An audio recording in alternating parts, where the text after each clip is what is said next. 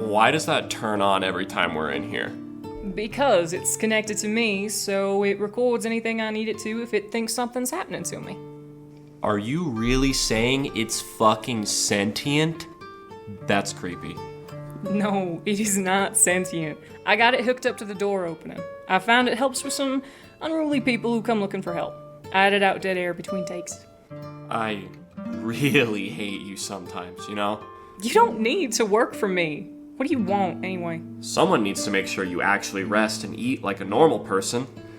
Anyway, got a new one for you. Thing had a package attached to the envelope and it felt like a tooth, so just be warned, I guess. Also, it's fucking weird that these things just show up on the table every time someone needs your help. Thus is the way of the universe. I've stopped questioning it. If that's all you need... Yeah, I'll let you get over your weird addiction with reading these damn things. Anyway... Hey there, darlins. As my plucky assistant said, there's a new story for y'all. The package attached is a tiny thing, about the size of my pinky. And Roger was right. It's a tooth. Looks almost like a gator tooth to me, but too skinny to actually be one. Seems this story will be an interesting one. Let's sink our teeth into it, shall we? So, I know this little thing of yours is meant to be survivors listening off their story so that other people know they aren't alone, or that so others know signs of monsters. But mine is different. Sure, I was a victim. I'm a survivor. You probably won't like me as much as you like any of the others. I won't give you my name. Not that I think you'd tell anyone, what with your little oath to protect the people who talk or write to you. So you can call me whatever you want. I don't even know if you'll read this off. Though if you choose not to, I'll know what kind of person you are more than I already do. I was pretty young when it first happened. Early teens at the very least, though all those years are a bit of a blur if I'm being honest. I never fit in anywhere, nor did I want to. I ran away from every home I was put into for reasons that varied through each one that had a recurring theme. I was either too pretty or too strange. You can draw whatever conclusion you want from those. So, I grew up living off of scraps, getting into fights with people much, much bigger than me, and learning how to run from everyone and live off nothing. I found I liked warmer places with my running, but that's besides the point. I was running from people who wanted to put me back in a home for delinquent children, and I ran into an alleyway I knew I could vanish through. To my surprise, though, I ran straight into a man. He had a smarmy grin and was dressed nice enough for someone in an alley. He caught me before I could fall over from literally running into him, and he asked where I was going in such a hurry. I tried to shake him off without saying anything, but his grip was like iron. Even at that age, I was tall, for a girl. Taller than most boys I'd lived with, anyway. I was a good 2 inches taller than the man. But that didn't stop him from being one of the most terrifying people I'd ever run into. Something about him hit all the buttons of danger, run away. He wouldn't let me run, though. And his eyes were a piercing kind of predatory. I'd drawn some commotion when I'd taken off originally, so I could hear the owners of the home I was supposed to be in shouting behind us, drawing closer to the alley. Past them, I could hear sirens. And never in my life had I ever been so relieved that adults were on their way to me. Then he tilted his head and considered me before giving a terrifying grin with far too many sharp teeth. The next thing I knew, he was yanking me through a literal wall as if it was nothing more than a curtain. We popped into a house that we had definitely not been anywhere near. It was something like out of a millionaire's wet dream. All marble and expensive rugs with a fireplace pressed into a wall in the room we were in. Past the doorway, I could see a massive entryway with an honest-to-God butler just waiting outside the room. The man looked at me, then shoved me into a plush chair in front of the fireplace. He didn't sit down, just stood above me like he was relishing in the power he had over me. I was scared out of my mind, but no one can call me a coward. So I asked him what the hell he was thinking, and who he was to take me somewhere I didn't want to go. He laughed in my face like I was the funniest thing in the world. He told me who he wasn't really a question I should be asking. Rather, I should be asking what he was. He gave me the feeling that he loved holding information and power in front of people like a carrot on a stick. I told him he had a Napoleon complex and needed to get his head checked. He told me I was cute, thinking I could make him angry, or even that I could take back any power that I didn't have. He said he liked me, like that was something I should be proud of. He said I looked like a fighter, that I'd be interesting for him. I, of course, spat in his face and told him that I wasn't for him. That got a reaction out of him, and he backhanded me out of the chair. Dazed, I couldn't do anything when he grabbed my chin and forced me to look at him. He told me he'd teach me to be a true monster, but I needed to learn to keep my pretty mouth shut first. Then he pulled out a piece of candy and put it in my mouth. I tried not to let it stay there, but he pressed into me with a hand over my mouth until it dissolved. After that, it's a bit of a blur. I know I was escorted by the butler to a room with bars over the windows and thrown onto a bed softer than I'd ever been on before. Then I was left alone for who knows how long. I passed out, and when I woke up, it was to the same butler, forcing me to drink something that tasted awful. It burned, too, like it was turning my blood to fire. I screamed and I tried to get away, but the butler held me down, forced me to drink more. It was a cycle that went on for days, weeks. I didn't know then, still don't know, what was in that drink, but it had something to do with what I am now. Finally, through the haze of pain and drugs, I noticed the man had started sitting in on my daily potion drinking. He wouldn't do nothing. He'd just sit there, staring at me, like he was expecting me to do something. Roll over and die, maybe. One day, the butler didn't come. Instead, it was the man. He didn't force me to drink anything, just sat next to me on the bed and petted me, like I was some kind of cat. I was too weak from hunger and whatever the hell the potion was to do anything more than grumble at him, and he just laughed at me. He told me I'd done beautifully, said it in a way that further proved I was some sort of pet to him. He said I was nearly done, that I was so close to knowing the power he had. I just had one more step. I told him I didn't want nothing he was selling, but he just laughed and said I didn't have a choice. I'd die if I didn't finish the process. Then he grinned at me with those two sharp teeth of his and asked me if I knew what a vampire was.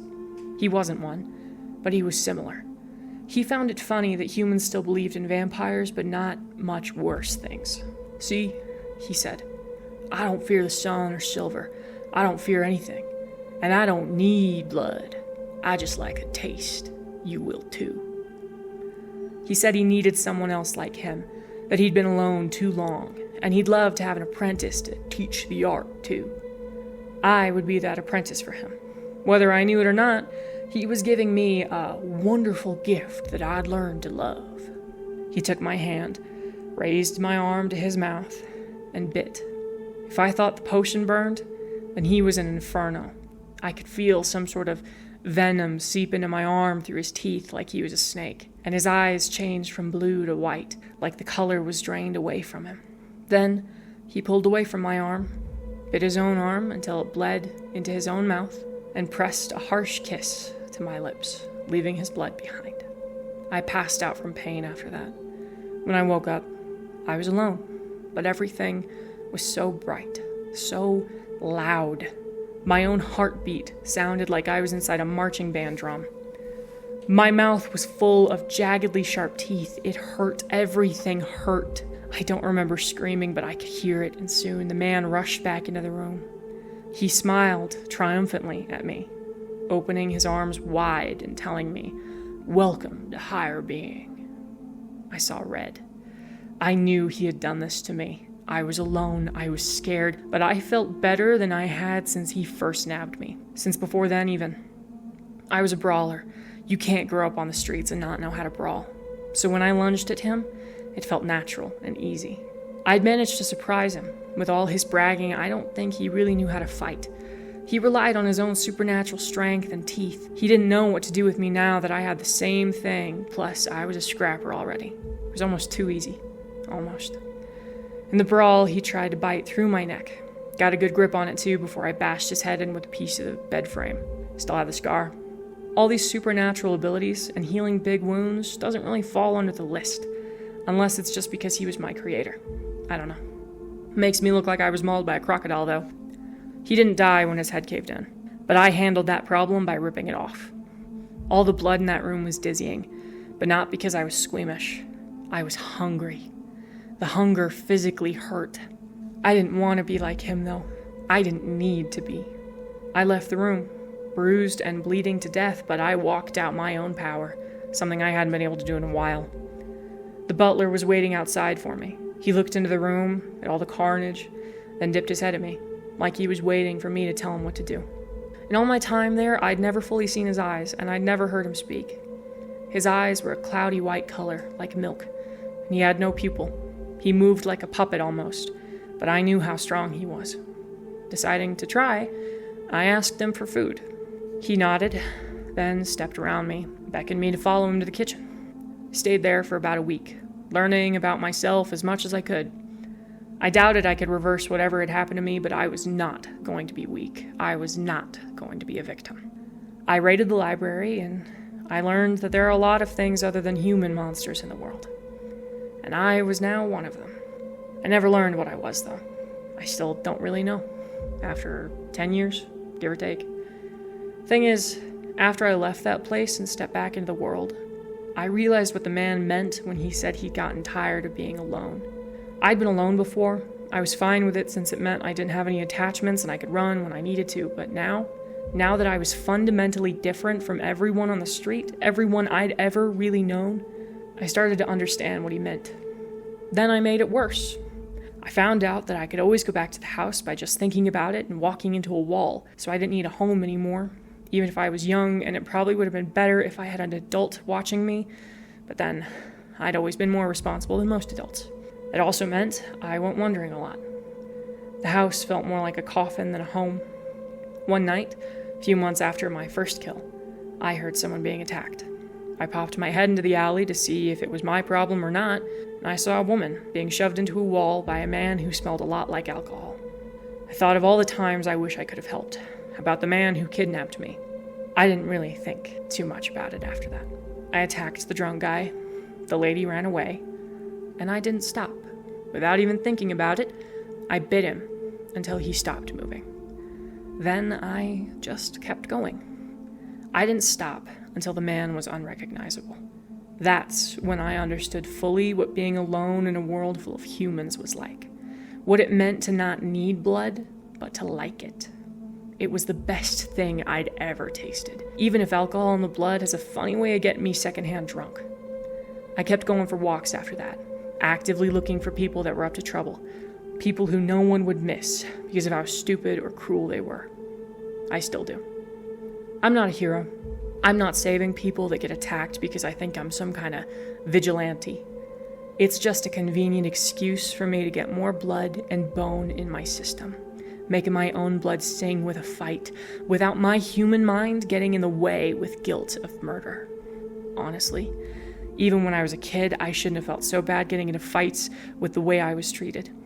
But some part of me still wants, to be kind. I'm sending you one of my teeth. They fall out every once in a while so that way new ones can grow in their place. Stronger ones. Maybe you could find out what I am. Look, I didn't tell you this or ask so that way you could find out what I am and fix me. I don't want to be fixed. I guess I could be writing this for some grand message, like, be careful walking alone at night, you might bump into the crypt demon, or men are more dangerous things to encounter in dark places or some other shit. Maybe... oh, hell. Maybe I'm writing this so I won't be so alone. You're different. I know you are. Ain't no way you could do any of the things I've heard about without being something other than human, and I've heard about your eyes. I ain't expecting you to be the best friend I never had, or even to write me back, but maybe you will. Maybe I won't just have a clueless puppet butler to keep me company. Maybe you'll throw this letter away after broadcasting it and warn humies of the ugly things with teeth like crocodiles that love the taste of blood. After all the shit I've been through, I hope you don't do the last thing. I hope you'll write me back. Thanks. This was definitely a shock to receive. I've heard of creatures that can turn humans into things like them by kidnapping those humans in an effort to gain a sort of thrall or a cult. but I ain't heard of a survivor who fought back without help before. Usually, once they got you in their claws, you can't escape, especially when the process is finished. You, my friend, must have been very stubborn indeed. I'll write back to our friend, darlins. I'll let them know they don't have to be alone at all. Same can be said for you all out there. You can find community or friends. You just gotta be brave. Start talking. In terms of wrapping this up in a bow, I don't rightly think I can. Seems like our friend already solved the thrall problem. Ain't trying to make more and is cleaning up city streets of terrible people. All the same, I'll keep an eye on our friend here, though. Make sure they don't go more extreme as time goes on. Otherwise, I want all you darlings to be safe out there. I wasn't kidding when I said some things that go boo do collect humans to stop cults or thralls or other unsavory things.